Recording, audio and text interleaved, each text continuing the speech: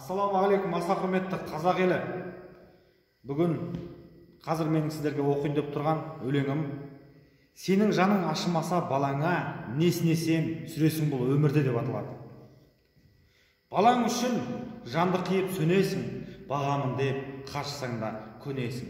Бала қаттап тиіскенді оңдырмай, жолбарыстай қаһарланып төнесің.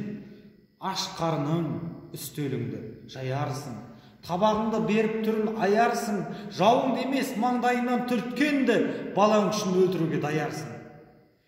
Еден сүртіп шатастырып нөмірді, түсіресің камаз толы көмірді. Сенің жаның ашымаса балаңа, несіне сен сүресің бұл өмірді. Еркелетіп ойнатасың бал дейсің, өсіп бірден әкешіңді шал дейсің. Жан сақтауға түсіп қалса сыйынып, тірі қалсын өз жаныңды ал дейсің. Шеге қағып сылақ-сылап ұрылыста, әкесі жүр түн батқанша құрылыста. 100 шақырым жерге барып жұмыс жасап, шешесі жүр такси ұстап бұрылыста.